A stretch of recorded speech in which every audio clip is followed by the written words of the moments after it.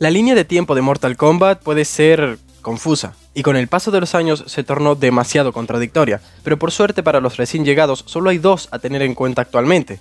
Por una parte, Mortal Kombat 1, que tiene lugar en una nueva era creada por Liu Kang después de los eventos del DLC Aftermath de Mortal Kombat 11. Y si bien toda esa línea de tiempo tiene algunos ganchos con otras historias previas, el argumento general coloca a Mortal Kombat 1 en el centro de atención.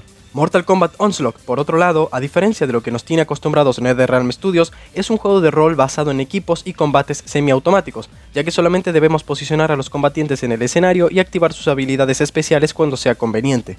Este juego tiene lugar en su propio universo, aparte de cualquier otro Mortal Kombat lanzado en los 30 años que lleva la franquicia, aunque sí mantiene intactos determinados aspectos importantes, como la mayoría de personajes más icónicos y ciertos arcos argumentales, que ayudan a que la trama se desarrolle de tal forma que todo nos resulte lo suficientemente familiar como para no sentirnos incómodos con la narrativa. Por supuesto, manteniendo siempre la esencia Mortal Kombat.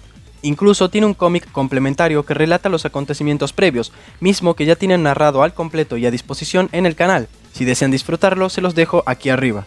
Los personajes, ubicaciones y algunos temas puntuales son consistentes entre la línea de tiempo de Mortal Kombat 1 y la de Onslaught, pero los eventos que se desarrollan cambian drásticamente su curso. Sin embargo, la historia de Mortal Kombat 1 abrió la puerta a un multiverso de líneas temporales, y como tal, la línea temporal de Onslaught técnicamente existe paralelamente a la línea de tiempo de Mortal Kombat 1, y aunque están estrechamente relacionadas, las diferencias entre ambas son varias. El eje sobre el que gira Mortal Kombat Onslaught es la profunda historia detrás de las reliquias que contienen sellado el poder divino de Shinnok, el dios antiguo caído. Nada de lo que vemos en el juego se separa del universo estándar de Mortal Kombat, no presentan nuevos personajes, escenarios o villanos, y a pesar de eso puede resultar interesante ver el potencial de las reliquias como núcleo argumental para futuras entregas. Durante una presentación, el diseñador principal, Mike Lee, dejó en claro que Mortal Kombat Onslaught es un universo creado por Ed Boon y completamente independiente. Sin embargo, el juego no es un reboot, más bien hay que verlo como un what if, una historia alternativa de lo que habría sucedido en la continuidad original si Shinnok amenazaba nuevamente el equilibrio de los reinos, cosa que sucede en Mortal Kombat X, pero esto fue por la intervención directa de Crónica, cosa que no sucede en Onslaught.